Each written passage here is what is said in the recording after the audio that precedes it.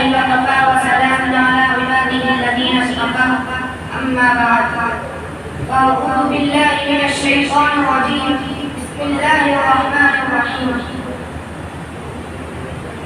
ولكل أمة جعلنا منسكا ليذكروا الله على ما رزقهم من بهيمة الأنعام صدق الله العظيم.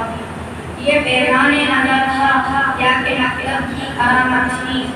یہ پیغام نظر تھا یا کہ مطلب کی کرامت تھی. سکھائے کسی نے اسماعیل کو آداب تابعیت. عدل و انصاف کے رمضان کے عظمتار مہمانان دی وقار اور چمنی سدان قاسم العلوم کے نوشین سپود عید قربان یہ سیدنا حضرت ابراہیم علیہ السلام کی سنت ہے.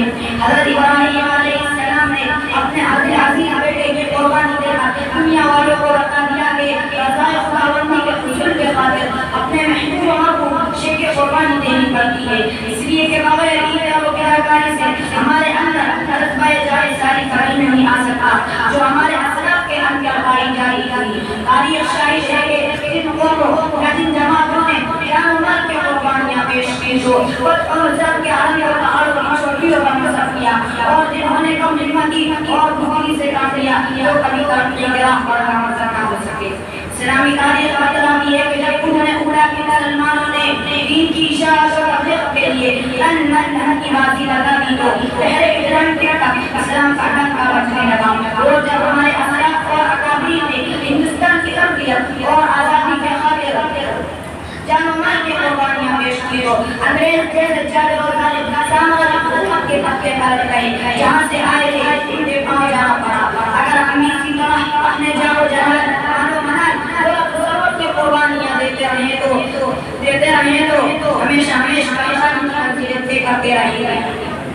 محترم سامعین قربانی دین کی لا اصل میں ابو البشر سیدنا حضرت آدم کے دو بیٹوں سے ہوتی ہے لیکن اس حقیقت و واقعہ و انتشار شب غریب میں حضرت ابراہیم علیہ السلام و اسماعیل علیہ السلام کی قربانی سے کی. مقصد یہ تھا کہ بندہ اپنے رب کو راضی کرنے کے لیے ہر اس چیز کو قربان کر دے جو اس کے نزد سب سے زیادہ محبوب و مرغوب ہو. راہ خدا میں سر لٹانے کی باری آ جائے چاہے کسی چیز سے بھی گریز نہ کرے.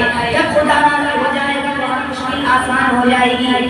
سیدنا حضرت ابراہیم علیہ السلام کو بدر اعراج دکھایا گیا کہ وہ اپنے دل پر سے ملکہ رکھ کر ناز و نعمت میں پلے ہوئے فرزند نقشبند کو ذبح کر رہے ہیں. انبیاء علیہ السلام کے خواب بھی وحی الہی ہوا کرتے ہیں جو فیصلہ اللہ حقیقت پر مبنی ہوتے ہیں. حضرت ابراہیم علیہ السلام نے اپنے پیارے بیٹے حضرت اسماعیل سے کہا یا بنی انی ارى في المنام اني اذبحك فانظر ماذا ترى. اور نبردار بیٹے نے بڑے متشددانہ سے جواب دیا یا ابت افعل ما تؤمر ستجدنی ان شاء اللہ من الصابرین. اس کی ترجمانی حقیقت جانکر یوں کرتے ہیں ادھر بولا کہ بیٹا آج میں نے خواب دیکھا ہے. ادھر بولا کہ بیٹا آج میں نے خواب دیکھا ہے. کتاب زندگی کا ایک نرالا خواب دیکھا ہے. حضرت ابراہیم علیہ السلام نے اپنے آپ کی رضا جوئی اور کی تکمیل کے لیے بلا تردد اپنے سعادت مند بیٹے حضرت اسماعیل کو راہ خدا میں قربان کرنے کے لیے چل پڑے. محترم حضرات قربان جائیے حضرت ابراہیم علیہ السلام کے ولا جان پر جو منشاء رب العزت کو پورا کرنے کے لیے ہر اس عمل کو کر رہے ہیں جس میں خدا راضی ہو. کیونکہ خدا بیٹا آسان ہے ارے تنا اپنا وجود ختم کر لینا آسان بات ہے مگر اپنے نام ہمارے عزیز بیٹے کو پیشانی کے بل دکھا کر گھرے پاچے چلانا دشواری کی نہیں بغیر عمل پکانے ہیں. لیکن جو اللہ والے ہوئے خدا ان کا لوگ کو خدا کے بچاتے ہیں. ان حضرات کے لیے اس طرح کا کام بھی دشوار نہیں ہوتا بلکہ آسان سے آسان کا معلوم ہوتا ہے. نبی دعا صلی اللہ علیہ وسلم نے فرمایا قربانی کیا کرو کیونکہ تمہارے باپ ابراہیم کی سنت ہے. خدا والا دین تاجدار بخشا جناب محمد رسول اللہ صلی اللہ علیہ وسلم اس سنت پر ہمیشہ عمل کرتے رہے اور تمام صحابہ کرام اور بزرگان دین ہمیشہ قربانیاں پیش کرتے رہے.